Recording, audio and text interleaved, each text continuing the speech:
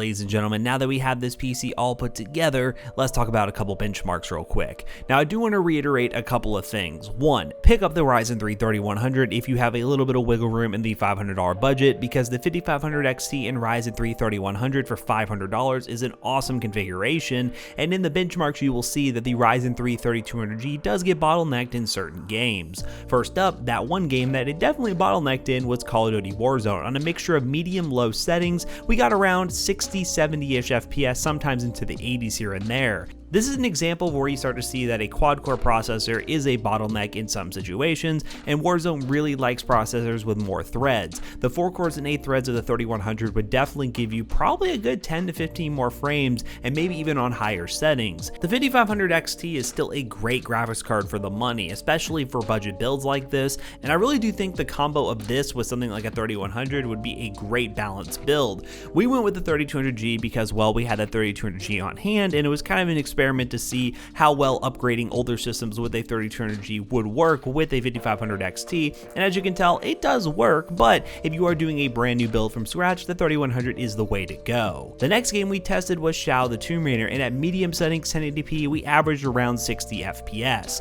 Shao the Tomb Raider is our example of AAA titles, and well, it did okay at medium settings. The bottleneck in this situation was actually more towards the 5500 XT. This card is really good for esports titles, but it does suffer a little bit in the higher end games, so if you do run them on medium settings at 1080p, you should be perfectly fine. If you do want to get a better graphics card and go with the 3100, which again, we highly suggest you do, you could offer something like a 1660 Super, pay a little bit more money, and you could definitely get some more performance, but at that point, we're probably talking about a $600-700 build, so do keep that in mind. And lastly, we decided to test Overwatch, which we decided to use to basically gauge esports performance, and well, it had no problems whatsoever. This system would be perfectly great for games like Fortnite, Valorant, Overwatch, CSGO, anything like that. You'll have no problems getting 100+ FPS and probably have a pretty decent high refresh rate experience if you want to. Again, this build on its own is not bad. If you could actually find a 3200G on the used market for, let's say, $60 to $70, which I do think coming very soon will be a real possibility, then yeah, it could be worthwhile, because now you're talking about a $450 build, which for $450 you're getting a lot of performance for your dollar. But given the Ryzen 3 3100 actually being in stock right now, which isn't a given, if this video comes out and that's totally different, well, you might be stuck with a 3200G, but the 3100 is such a good value, especially even when it's a little bit price hiked to about $115 from its normal price of $100, so I would definitely consider going that route instead, but that does not make this a bad build. It is still a pretty solid all-around build for 1080p esports titles, and if you are interested, I would highly suggest you give it a look. So that pretty much wraps up the benchmarking section of today's video. How about we go ahead and bring Jackson back in here to wrap this video up real quick. Alright, so as you could tell, for $500, all new parts, this PC performed pretty well.